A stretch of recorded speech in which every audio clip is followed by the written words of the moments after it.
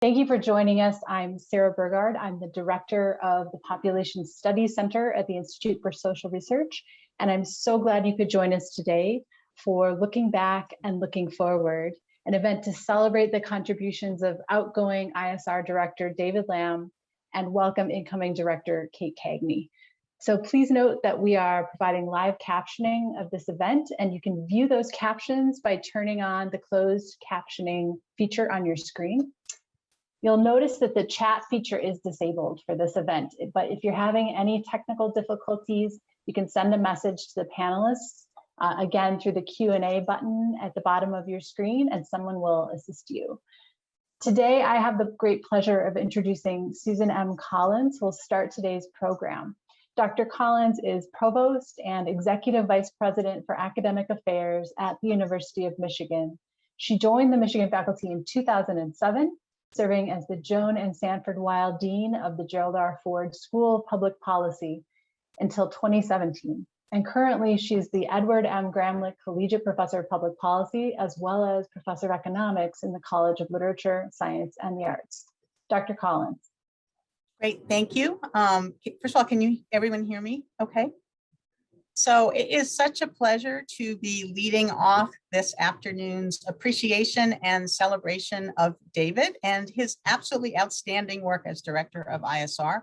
I also just wanted to take an initial moment to say how delighted I am as well to welcome Kate Cagney to ISR and the Michigan family. So before I launch in about David in his role as ISR, I really wanted to start by noting that my own scholarly interests in economic growth and development overlap with his areas of expertise. And so I've been a huge admirer of his work for decades. Its insightfulness, its impactfulness, and I've also really appreciated for decades his thoughtfulness and his generosity as a colleague. And I know that those are qualities that really contributed to his success in the role as director at ISR, but I did want to start out with that broader context. So faculty leadership is essential to the university's academic excellence, and David's really excelled in this role. He's combined his wealth of academic knowledge that I mentioned before, his really thoughtful approach to making decisions and engaging with others as he does so, his genuine concern for members of the ISR team, and just a keen eye on the future and where things are going. He has encouraged and supported innovation while at the same time stewarding the organizational strengths of ISR and enhancing its linkages with units across this vast university. And I think that's really important to highlight as well. So during David's tenure, ISR has built out on its long tradition of developing new methods and practices in social science research and education. And to give just one example, the Home Lab, which opened in 2017, advances our understanding of human behavior and how we learn about it.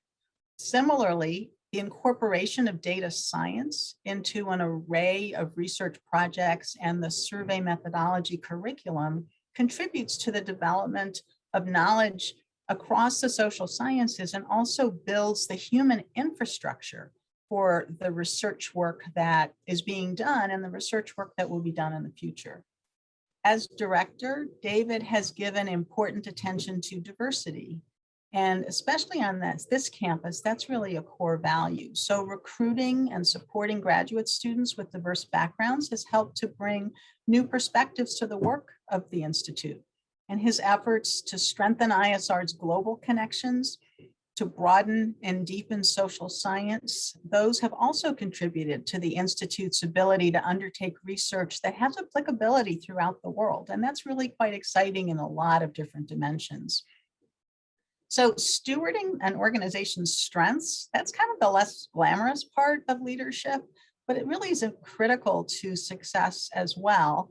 And I'll note that, it's a particular purview of provosts, and so something that the provosts pay particular attention to. And in this realm, David has made really well-informed and thoughtful decisions about cost savings that, again, position ISR really well for the future. And I always talk about ISR as one of the gems in the crown at the University of Michigan, and ensuring that that vibrancy and that impact continues is part of that keen eye towards the future.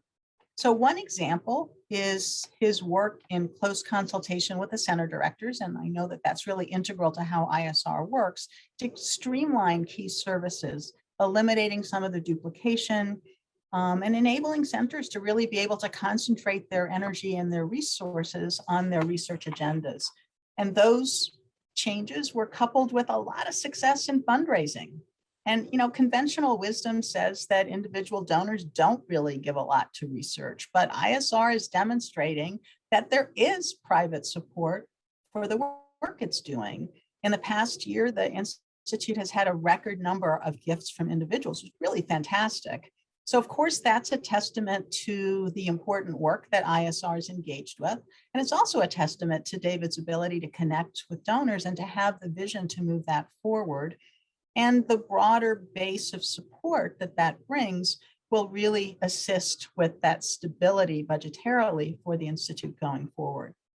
So David's thoughtful and effective work on the budget and financial concerns is critical to contributing to ISR's continued success as a leader of social science in the public interest and having that impact that we all value so much.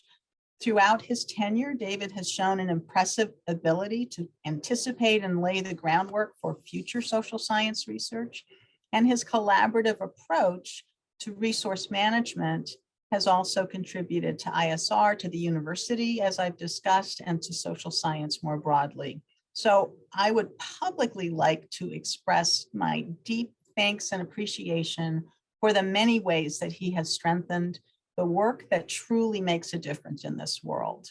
David, speaking to you specifically, it has been a pleasure. I really enjoyed working with you over the past 18 months. And as you return to your faculty role, I look forward to many, many more conversations about the research, the social science, about our shared interest in finding ways to improve the well-being of people around the world. I wish you all the best as you refocus your time and your energies to your own scholarly and personal pursuits, as broad and diverse as they may be, and to wonderful continued travels, which I know will be one of your ongoing passions. So thank you and all the best.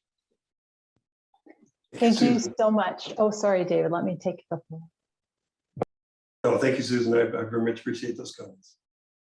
And I just want to convey our gratitude from the Institute for Provost Collins's longstanding contributions to the social sciences and strong support for ISR, as well as her own creative, successful leadership through enormous change at this university in the past month. So congratulations to you, Dr. Collins, and thank you for your support.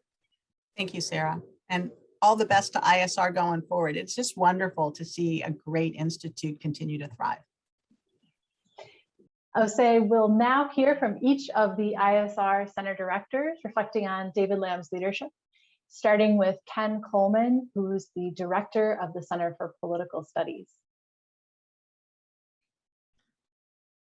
Okay, I've been a center director under David all the years he was the director of ISR, and it was a pleasure to work with him and for him. He has a low-key style that worked very well with us center directors and with the ISR staff. Now we might ask, who and what was he? I like to think of him as an economist nerd, and thank God for that. He asked for the numbers, and he sought facts and made persistent, logical arguments to advance our mission within the university and also to improve our own governance within ISR. David was the right leader at the right time for ISR. Leaders' attributes and personalities can be said to fit their times, and David's fit ours in ISR. I cannot say enough about his approach to the job and how it made sense over the past 6 years. David's secret sauce of academic leadership can be described in the abstract, but it's very hard to pull off. Here it is. Listen, listen, listen, and then listen some more. Work for consensus, respect and listen to staff, nudge towards big picture goals, laugh when possible, even when the jokes of the people you work with are really bad, make tough decisions and take actions earlier rather than later. Use facts and logic when possible. Use opinionated rhetoric rarely, if ever. Appeal to good sense always. I congratulate David on a fantastic run as director of ISR. Academic leadership is challenging anytime, but it seems especially difficult these days. David navigated ISR through these difficult times with grace, good humor, and intelligence. He leaves the place better. I will miss working for him, but I'm glad that he can enjoy his retirement knowing that his contributions made a big difference. Thank you, David. So I will now turn this over to Maggie Levenstein, Director of ICPSR. Thank you very much. And of course, thank you, Ken. And thank you most of all to David. This is a really an important opportunity for us to say how much I have really appreciated, we've all really appreciated your leadership of the Institute and working with you over many years. I want to start by saying how profoundly grateful we all are to David for his work over the past year, in particular, when he was supposed to be traveling the world and returning to his research and his grandchildren and all those fun things. And instead, he provided stable, calm leadership during what has been an incredibly challenging period for ISR and for the university, for the country and the world, and for each and every one of us here at ISR. David, over the past year, has communicated his care for ISR and for all of the people who make up ISR, helping us to weather this difficult time. And I know we just are all incredibly grateful of his willingness to step in and do that. So thank you for that. Over the past 6 years, David's leadership has strengthened ISR. And when I thought about what I wanted to say today, I thought that's the bottom line. David understands ISR. He gets it. He understands its strengths, its generative energy, its innovativeness, and its idiosyncrasies, its foibles, its complicated organization. Because of his understanding and his willingness, as Ken said, to listen, he was able to make the ISR Director's Office a source of support so that ISR could build on its capabilities, could grow and flourish over the past 6 years. David took on some of ISR's challenges, its weaknesses and problems, and he made changes that addressed them. He did it in his low-key, no drama way, so that the focus was on making improvements, not scoring points, not winning, just what's the right way we can all work together to make this better. You heard both Provost Collins and Ken talk about ways that's improved ISR in terms of fundraising. I mean, at a basic level, and that includes fundraising, we communicate better with one another, with the rest of the university and with the rest of the world because of David's approach to leadership and to the changes that he made in our organization. The university launched its diversity strategic planning process in David's first year as director. He embraced that process and has prioritized efforts to make ISR a more diverse and inclusive and equitable organization. Those efforts are showing results with changes that we see in leadership and changes in the daily practices across ISR. And David has been an advocate for them and a thoughtful advocate for diversity, equity, and inclusion across the organization. And I want to really express my gratitude for that. Finally, I want to specifically thank David for his support of me as the director of ICPSR. At every point in the last 5 years since I've been director, he has been a great sounding board and an advocate for the organization. He has made my job better. He has made it more rewarding, and he has made it more fun. And I thank him, and we're going to miss you a lot. But we wish you the very, very best. And yeah, in everything. Oh, and I think next I turn it over to Rich Gonzalez, who is the director of the Research Center for Group Dynamics. It's a pleasure to say a few words in honor of David Lam today on this last day of his term. David brought his unique leadership style to the ISR director position. He was always fair, unflappable, and even-keeled. His style fostered camaraderie and collaboration between the 5 centers and with central administration. This style characterized David's entire term, but was especially evident this past year and a half in managing the COVID pandemic within ISR. David, we hope you enjoy retirement in Colorado with hiking and skiing, enjoy time with your family, continue your research, and we hope you make it back to Ann Arbor often. Thank you, David. Next is Matthew Shapiro, Director of the Survey Research Center. Thanks, Rich, and I want to add my personal thanks to David. He brought me into this role, and I am very, very grateful for his support and friendship throughout our decades together at Michigan, going back to the economics department. One of the many roles as ISR director is to serve as the face of the Institute for Social Research to campus leadership. While much of this work is largely invisible to ISR faculty and staff, the Institute has greatly benefited from David Lam's highly effective efforts in this role. David's low-key style, and that's a word a number of us have used, that Ken Coleman so elegantly described, has served us very well.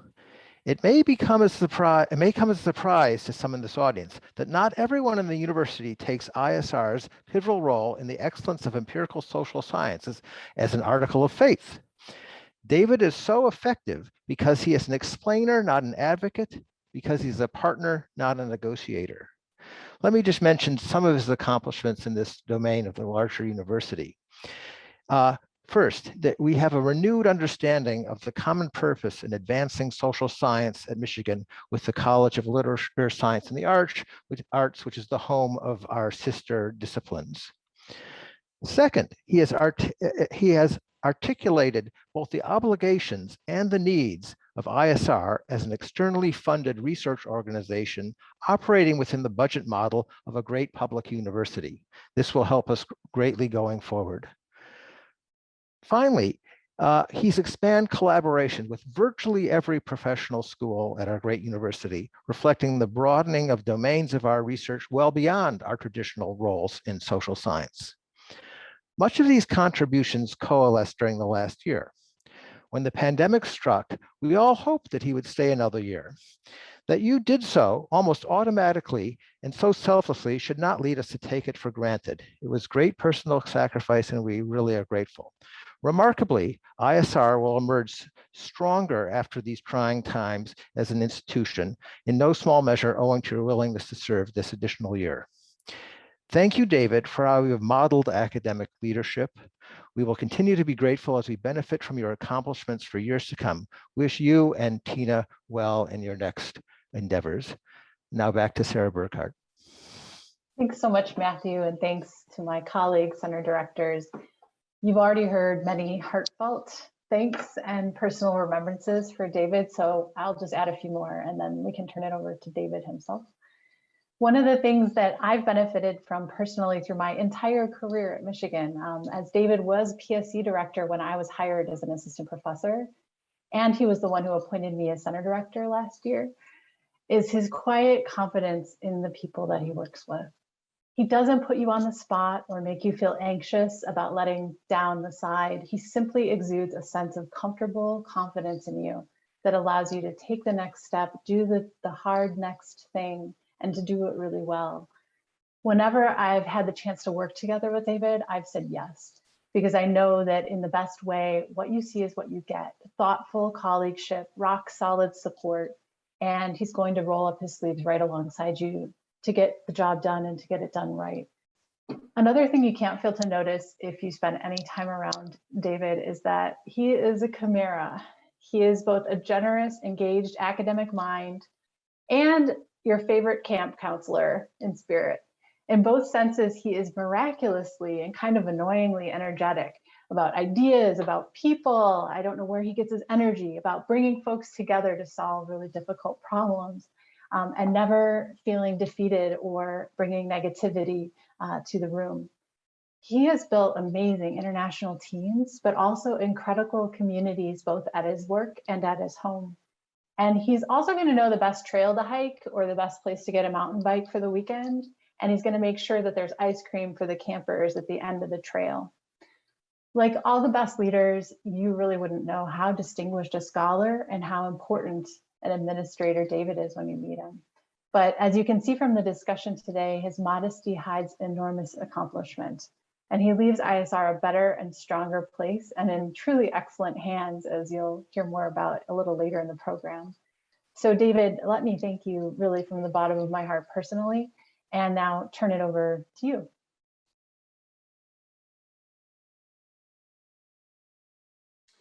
Well, thank you very much, Sarah. And thanks to everybody for those very, very kind remarks. And let me say again, thanks to Provost Collins for coming today and for her support for me and for ISR and for stepping in as provost and presiding over a whole host of challenges during her term. And I must say that Susan is a great role model as a university leader and has been a great supporter for ISR. It's been a real privilege and an honor to serve as ISR director for the last 6 years. I'm really proud of all the things we've accomplished. I certainly don't take credit for them all. The credit goes across the entire institute, and it's been a real pleasure to be leading the institute during such a productive period. Many people to thank. I can't possibly thank all of them, but I do want to call out the center directors. They're a critical component of ISR leadership. Thanks to the 5 current directors that you've heard of, Sarah, Rich, Ken, Maggie, and Matthew, for their leadership and their support of me. And thanks also to previous directors, George Alter in ICPSR, Jeff Mornoff in PSC, and Trevor Varganoff in SRC. I've really been lucky to work with such a great group of center directors, and they really hold the institute together. The center administrators are another critical part of ISR success. I want to thank the 3 outstanding current center administrators, John Lemmer, Kathy C. Ostrovsky, and Kathy Tebow.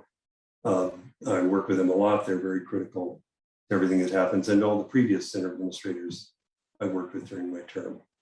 I've had a fantastic team in the director's office, including Greg Tewksbury, Tara Ingholm, Mary Schmidt, and great support from all the teams in CIS that are really critical to how ISR works, including communications, development, DEI, human resources, business office, our amazing research administration team, great facilities people. They're all critical to everything that goes on, and I really appreciated working with all of them. I want to thank all the faculty and staff across ISR who served on committees, working groups, served in many administrative roles throughout the Institute, given me advice when I asked for it, and done all the business that keeps ISR running. I really want to call out the entire ISR staff and thank all of you. One of the things I've really loved as director is our coffee and lunch with the director events. These are always incredibly fun. Invariably, we'll have a mix of people, some of whom started at ISR last week, and some of whom started 30 years ago, often having served in multiple project centers and positions during their career. We say all the time, and it's totally true, it's the staff that make ISR work. I've been so impressed with the dedication and commitment of staff throughout the Institute. The last year and a half have put enormous stress on everyone, especially the staff, and I really appreciate the patience and resilience that everyone has shown in this challenging period. I knew ISR was a special place when I agreed to accept this position, but there was so much that I didn't know. The breadth and quality of research represented in our more than 500 projects that we have going on at any one time is staggering. We have links to virtually every unit on campus, more than I even realized, joint projects and joint appointments. that make us a critical glue for the social sciences and the entire campus community. The role we play in national and international data collection and analysis is unique and incredibly important. I love the combination of the famous long-standing survey projects that are so essential to ISR, but also the exciting new projects, small and large, that are continually being developed. I think the body of research taking place in ISR today is as innovative, vibrant, and socially important as at any time in ISR's 70+ year history. My 6 years as director have overlapped with the university's Diversity, Equity, and Inclusion initiative, including the first year of planning and the 5 years of implementation. I'm very proud of our DEI efforts, and I appreciate the time and effort of so many people in ISR in the success that we've had. Maggie Levenstein directed the first year planning process and the development of our plan. Sarah Burgard took over along with Tara Ingham to lead the implementation effort. Then Sherry Notara arrived as a full-time DEI director, one of the recruitments I'm especially proud of. Sherry and Tara have led a great team of DEI working groups. We have a lot more work to do on our DEI goals, but we've made real progress and we have a lot of momentum going forward. So I'll look back fondly on these 6 years. It's really been a fun period. It's been a privilege to work with all of you. Thanks to everyone for your support and for making ISR the incredible place that it is. Now, one of the things that makes it easier to end my term is knowing that we have an incredible person taking over as my successor. I was delighted when Kate Cagney agreed to accept the position of ISR Director. Kate is a distinguished social scientist with an impressive career in research, teaching in university administration at the University of Chicago. I've been working with Kate closely over the summer. I know she's going to be an outstanding new director for ISR. So I want to turn now to Kate and give you all a chance to meet her and hear from her and learn about her background and her vision for ISR. So Kate, before you tell us a bit about your academic career and your fascinating research, which I know everyone will be very interested to hear about, I think everybody would be interested to learn about your Michigan roots. So tell us a little bit about your background. Great, thank you, David. David had suggested I share a bit about my early life. So wanted to let you all know I grew up on a farm in Scotts, Michigan, which I believe in all of the Zooms that I had in preparation for this role, there was only one person who had heard of Scotts. It is between Kalamazoo and Battle Creek, a very small town. And it's still a working farm where we grow corn, wheat, soybeans, oats, and it's still owned and operated by my family. So it's very nice to be closer to them now. Even though I was close in Chicago, this is very easy, just an hour and a half from my family. I went to college locally, Western Michigan, and I ended up at the University of Chicago for my master's because the then honors college director at Western, Sam Clark, was trained at Chicago and said that I should take myself there. He was an important mentor for me and I did what he told me to do. So I attended the Harris School of Public Policy. I then moved to New York City. I worked at Sloan Kettering Cancer Center and Harlem Hospital, then to Johns Hopkins for my PhD. And I'll say after all those moves, the U of C did kind of stick with me. It really is where my love for social science was developed and where I met a lot of economists, I will say. So I was happy to return as a faculty member. So that's a great background. So then you end up from your PhD in sociology at Johns Hopkins, right off back at Chicago, right? And then you spent your entire career there. So why don't you just give us a whirlwind tour of your career at Chicago? Sure. Well, I'll say when I returned to Chicago, I met Rob Sampson, another important mentor whose work really influenced my career. And the focus of my dissertation when I was at Hopkins was the social inequality, its relationship to health, was really through the lens of long-term care. But exposure to his work on collective efficacy theory really led me to think more about the context in which such relationships flourish and take hold. So I began to study neighborhoods, Chicago neighborhoods, in fact, and to take collective efficacy theory and social capital to research on health. So I continue that line of research today, but I've taken what I hope is a more expansive approach, both theoretically and methodologically, and I measure activity spaces. So those are exposure spaces, the places you inhabit throughout the day. And I use methods like GPS tracking, ecological momentary assessment, survey methods to characterize that exposure space on any given day. And I also want to add that I'm now collaborating with Joe Hotz and Bill Copeland to examine social capital theory, as many know, originally formulated in urban contexts and actually old Chicago school theory. And to use those activity-based methods I just mentioned to explore rural life and this notion of deaths of despair from our Princeton colleagues, to look at the health and well-being of rural residents in something we describe as the Great Smoky Mountain Study of Rural Aging. I think I became convinced as I spent really 20 years reading urban sociology that a lot of it isn't so urban in context, that it's really about how communities function and thrive. And so I want to see if these notions are robust or how they should be modified in a rural context.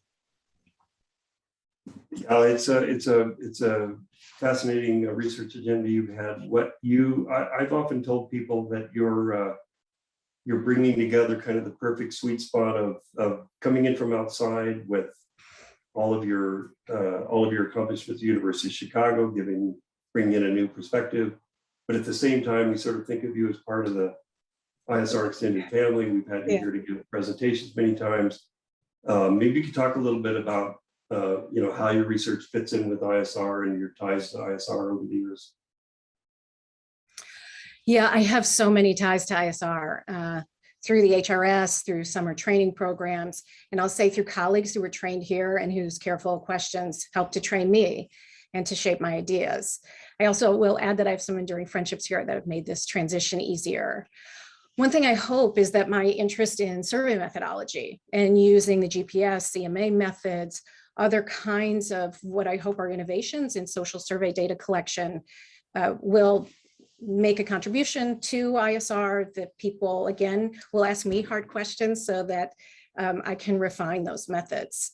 I'm also very much interested, again, in research on inequality and in the arc of a life and in thinking about age and aging and the life course. And I can think of no better institution in the United States in which to explore those concepts and ideas. So you kept all this great research going while doing quite a few administrative positions at Chicago, including directing their very well-known population center, one of our kind of sister centers in the pantheon of population centers. You've been an associate dean. Talk a little bit about some of your administrative background and how you kept that going with all your research. Yeah, one thing I want to make sure I share today is to say I like aspects of administration, and I know academics aren't necessarily supposed to admit that. I also love the work, but I love watching how the work emerges in collaboration with others and in watching junior scientists develop their own research pathways. So I think that's inspiring in some sense, and to engage in administration of that form, I think actually refines and improves my own research work. So I guess I see them as complements and not substitutes.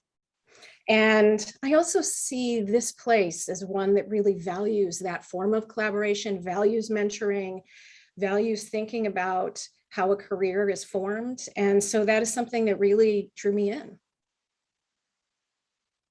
Yeah, no, I agree. I agree with you about the rewards of administration. I obviously did a fair bit myself, and I think that's exactly right. I mean, it's nice to be able to keep your own research going and keep involved in teaching. But I think the helping build institutions, keep them going, working with the staff, helping keep the whole engine of research going is very rewarding, and I've certainly felt that way, and you've obviously done the same thing at Chicago. So you were a associate dean, deputy dean for social sciences. Is that the right characterization of your position?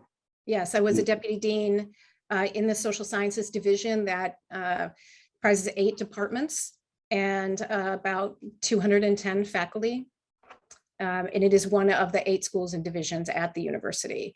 So one of the benefits of that sort of role is that you learn things like, how do I prepare a tenure case? And how do I make sure, again, that our junior faculty understand the process to tenure and understand the timing and sequencing of events. But you also learn a lot about the provost's office and a lot about larger administration, which I hope made me more nimble in those kinds of tasks in the deputy dean role. I also have left behind the faculty directorship of the UN campus in Hong Kong. And I was meant to be in Hong Kong last year. Of course, I wasn't able to travel at that time, but I'm actually hoping to build some partnerships with that campus and the University of Michigan community. With the which university is that in Hong Kong? HKU. Yeah. And then we have our own physical campus, the University of Chicago does, I should say, and we run a business school program there. So I, of course, do mainly international research, but lately mainly in Africa, and I've tried to expand some of that. You're traditionally done mainly research in the US, but I think you still have that commitment to the international agenda of ISR. You want to say a few words about that? Yes, and this is actually one way I thought that that I could continue in that tradition, but want to make sure that there are ways that, again, junior faculty, graduate students, and faculty at really any stage can explore research outside the US context. I think that there are so many important ways that we can imagine our research. For instance, my interest in social inequality, in aging, I think would be better tested and understood in a variety of different cultural contexts. So I would like to very much support research of that kind. And I will say, yeah, my own career, as I like to describe myself, as still mid-career, I was really taking a turn in developing research partnerships in Hong Kong. And so one very nice aspect of an academic career is that you can add those components and depart from what has been a particular kind of research agenda. I think one of the things that about your background that's very similar to the situation at Michigan is at Chicago. There's NORC, one of our yes kind of sister big social science research centers, where you had some connection. You were very involved in the social sciences and sociology department and the population center. You've kind of seen that connection between a research unit and the academic units. Here you'll be a professor of sociology as well as director of ISR. You want to talk a little bit about those connections and how you see them working? Yes, so I am attending my first faculty meeting tomorrow from 12 to 2 in sociology. So that's my first commitment. I'm excited to meet my colleagues there. I hope to be able to continue to mentor graduate students and college students who come through sociology. I want to make sure that faculty members have an ease of movement, I might say, between ISR and the department, and being able to explore that at the departmental level, I hope will inform the way I take that to other departments and schools here, to make sure that all the academics at the university who could benefit from an ISR connection have one. And I think you come from a an interdisciplinary background. You've been in the sociology department. You have a lot of connections, I think, that are going to be a great fit with ISR. You hang out with economists, and which is always good, but psychologists and lots of other people in the research that you do. So I think in Chicago you were in quite a kind of interdisciplinary environment there, right? And I assume you'll feel right at home in the ISR and Michigan social science environment in that regard. I hope so. I'll say my current collaborations involve physicists and economists, a psychologist, sociologist, and a few economists. So a very broad array, and actually an artist who's doing some work on Black Wall Street. So what is it? How does the physicist get involved? Through a project called Array of Things, where we have sensors throughout the city of Chicago, about 200 sensors, where we get lighting, temperature, street activity, and lots of different particulate matter kinds of elements. This physicist is interested in cloud coverage and the other social elements that I mentioned. Yeah, it's a great project and a great fit for ISR. Yeah. As you say. What taking on, leaving your long career at Chicago and a very distinguished university. You were in great positions. Kind of a big deal to jump ship and move to Michigan. What made you decide to come be director of ISR?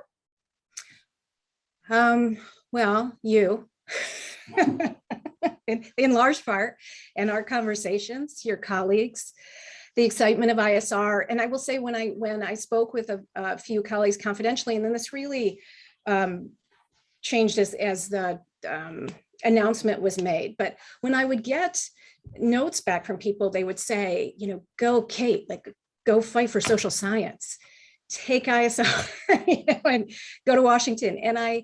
And it made me realize that ISR is really for all of us, right? It's for the nation. It's really for the globe in terms of thinking about its innovation in analysis and measurement. And so it made me feel like, oh, that's a charge I can take on. Social science in the public interest, right? And that's motivating. And as I noted earlier, I think for the intersection of the things I'm interested in academically, there is no better place.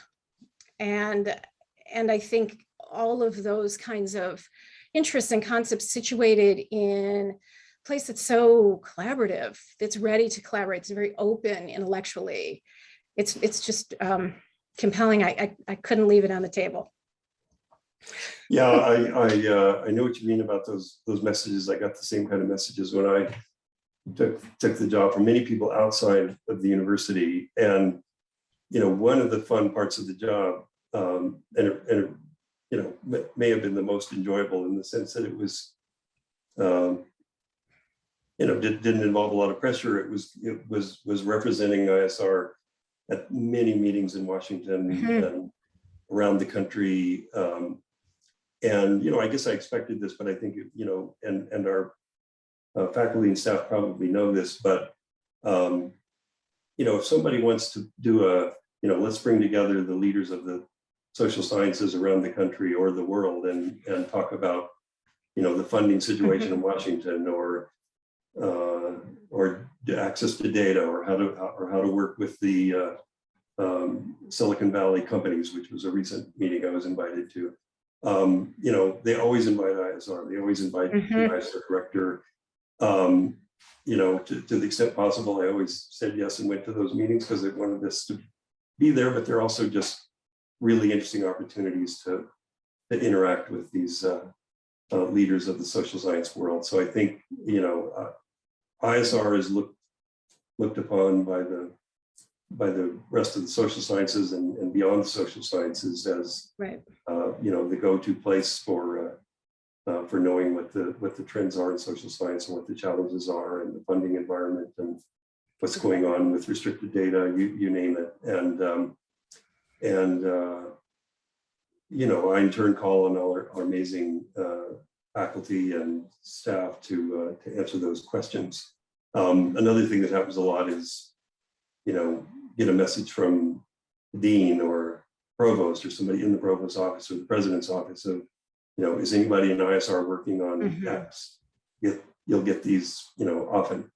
And of course, as I said in my comments, we have something like 500 projects going at a time. So it's very hard to know what they all are, what everybody's doing. So my answer was always yes, probably. and then we'll try to find out who it was. But I would say one of the very rewarding things is that, our faculty and our staff really step up. So if you, ask around and ask, would somebody be willing to consult with this dean or this junior faculty member in engineering or wherever about, what's going on with work with sensors or work with restricted data or you name it. I think everybody really steps up and does that. And it's always very gratifying because you want people to continue to think of ISR as the go-to place for that, which they really do. Well, okay, so tomorrow is your first day on the job. Yeah. Today is my last day on the job. Right.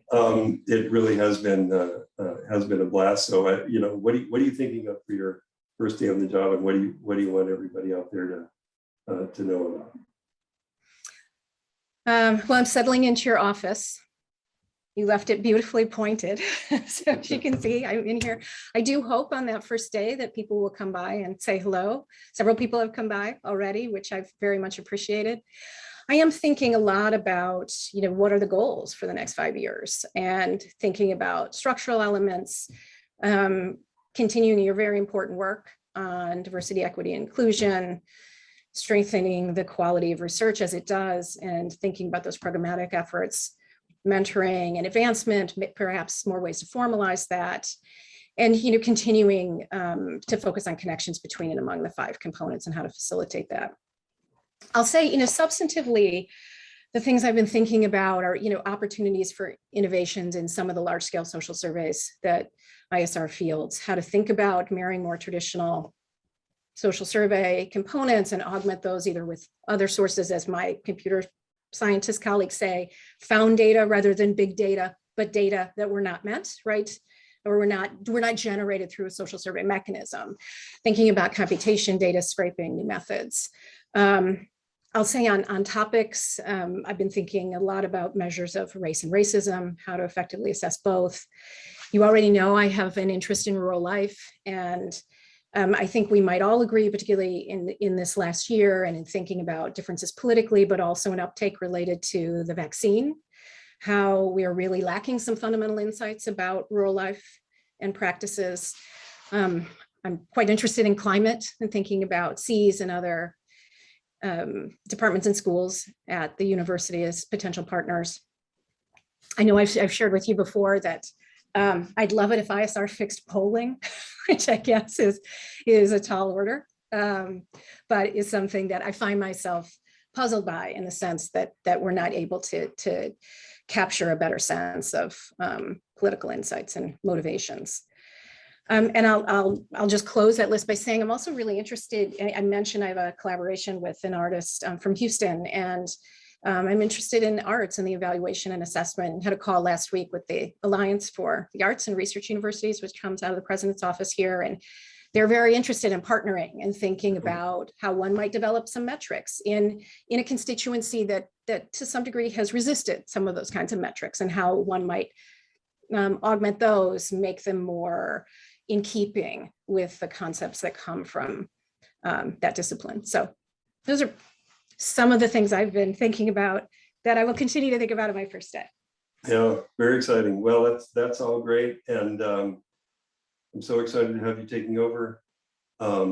You've got an amazing place sitting under 5 floors underneath you and over across the street at Perry. It really is a very, very special place. And I should say I mentioned we've already done a lot in terms of transition, and we're working together to make the transition. I think it's very smooth. I'm happy to continue to be available, but the Institute's in great hands, and thank you very much for taking the position. Thanks again to everybody out there for the support you've given for me, and I'm sure you'll do the same thing for Kate. And David, I do know where to find you, as you know, and I'll continue, right, to follow that path if you're open to it. And I guess I just wanted to make certain that I share that I can't think of anyone better to engage in such a transition. You've been so generous with your time. You take any question I pose to you and you actually make it more interesting, right? The question I came with, I underscore all the comments on your leadership that were shared earlier today. And I think you're a great role model. You leave me with an institution I can so easily enter. And I'd also like to say, I mentioned earlier that I'm very much interested in these concepts of social capital. I think you've done a lot to build that clearly. I think of it as a reservoir, I will say, and I would say there's probably no better time than to tap that reservoir than now. This has been a long period of people really working so hard to spend time together to move the research forward. So I'll just say to you and to the larger community, I ask for your patience as I come into this new role, particularly during this period, and certainly patience with one another. I think as we continue to navigate the pandemic and really get a sense of individual and collective comfort for what feels right. So as I know I shared, and David and I shared in our joint letter, I will be in the office every day. I hope people will come by and say hello to me. And I also hope everyone will come by the picnic. Well, thank you for those comments. Thanks to everybody. We had about 250 people attending today. So thanks to everybody for coming, and good luck with everything. And Kate, the place is yours. So enjoy. Well, it will Thanks, always be everybody. yours, should you, come back and spend time with us here. So. Okay. All right. I think we're done. I think they're going to run the pictures of my grandchildren again. So Great. go out with that. All right. Thanks, everybody. Thank you, David. Good day.